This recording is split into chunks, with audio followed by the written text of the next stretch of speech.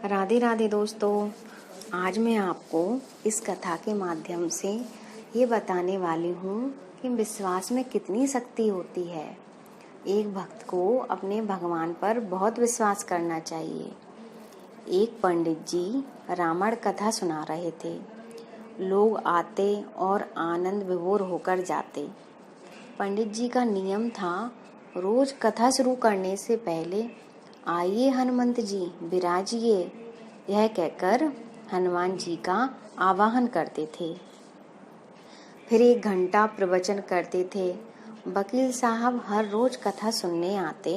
वकील साहब के भक्ति भाव पर एक दिन तर्कशीलता हावी हो गई। उन्हें लगा कि महाराज रोज बोलते हैं आइए हनुमान राजिए, तो क्या हनुमान जी सचमुच आते होंगे?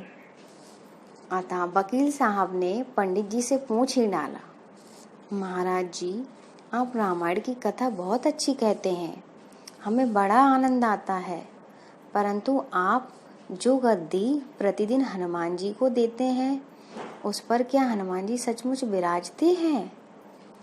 पंडित जी ने कहा, हाँ, यह मेरा व्यक्तिगत विश्वास है कि राम कथा हो रही हो तो हनुमान जी अवश्य पधारते हैं। वकील ने कहा, महाराज ऐसे बात नहीं बनेगी। हनुमान जी यहाँ आते हैं, इसका कोई सबूत दीजिए। आपको सबूत करके दिखाना चाहिए कि हनुमान जी आपकी कथा सुनने आते हैं। महाराज जी ने बहुत समझाया कि भैया आस्था को किसी सबूत की कसौटी पर नहीं कसना चाहिए। यह तो भक्त और भगवान के बीच का प्रेम रस है, व्यक्तिगत श्रद्धा का विषय है। आप कहो तो मैं प्रवचन करना बंद कर दूं या आप कथा में आना छोड़ दो। लेकिन वकील नहीं माना। वो कहता ही रहा कि आप कई दिनों से दावा करते आ रहे हो, यह बात और स्थानों पर भी कहते होंगे, इसलिए महाराज आपको तो साबित करना ही होगा कि हनुमान जी कथा सुनने आते हैं। इस तरह दोनों के बीच वाद विवाद होता रहा। मौखिक संघर्ष बढ़ता चला गया। हार कर पंडित जी महाराज ने कहा, हनुमान जी है या नहीं उसका सबूत कल दिखाऊंगा। कल कथा शुरू हो तब प्रयोग करूंगा।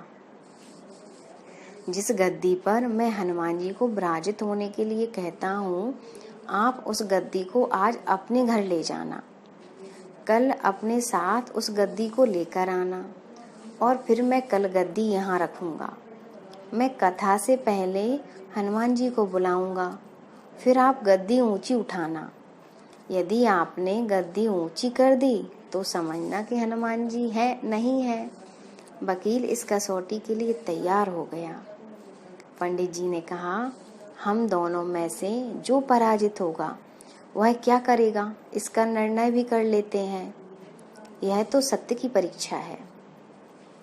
वकील ने कहा, मैं गद्दी ऊंची न कर सका तो वकालत छोड़कर आपसे शिक्षा ले लूंगा। आप पराजित हो गए तो क्या करोगे?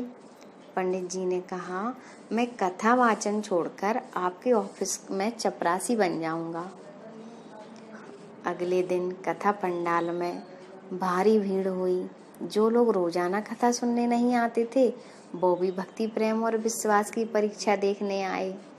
काफी भीड़ हो गई, पंडाल भी भर गया।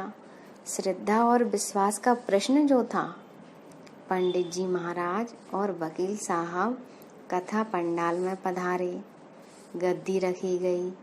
पंडित जी ने सजल नेत्रों से मंगलाचरण किया और फिर बोले, आइए हनुमंत जी विराजिए। ऐसा बोलते ही पंडित जी के नेत्र सजल हो उठे। मन ही मन पंडित जी बोले, प्रभु आज मेरा प्रश्न नहीं बल्कि रघुकुल रीति की परंपरा का सवाल है। मैं तो एक साधारण जन हूँ, मेरी भक्ति और आस्था की लाज रखना। फिर वकील साहब को निमंत्रण दिया गया, आइए गद्दी ऊंची कीजिए। लोगों की आंखें जम गईं। वकील साहब खड़े हुए उन्होंने गद्दी उठाने के लिए हाथ बढ़ाया पर गद्दी को स्पर्श भी न कर सके। जो भी कारण रहा, उन्होंने 3 बार हाथ बढ़ाया किंतु तीनों बार असफल रहे। पंडित जी देख रहे थे, गद्दी को पकड़ना तो दूर, वकील साहब गद्दी को छू भी ना सके। तीनों बार वकील साहब पसीने से तरबतर हो गए। वकील साहब पंडित जी महाराज के चरणों में गिर पड़े और बोले, महाराज गद्दी उठाना तो दूर, मुझे नहीं मालूम कि क्यों मेरा हाथ गद्दी तक नहीं पहुंच पा रहा है, अतः मैं अपनी हार स्वीकार करता हूँ। कहते हैं कि श्रद्धा और भक्ति के साथ की गई आराधना में बहुत शक्ति होती है। मानो तो देव, नहीं मानो तो पत्थर। प्रभु की मूर्ति तो पाषाण की होती है, लेकिन भक्त के भाव से उसमें प्राण प्रतिष्ठा होती है तो प्रभु विराजते हैं। जय सिया राम, जय बजरंगबली की।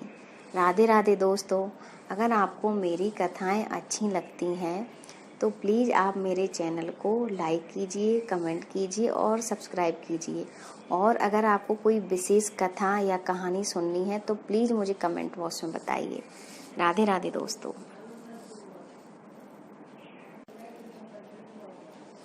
राधे राधे दोस्तों।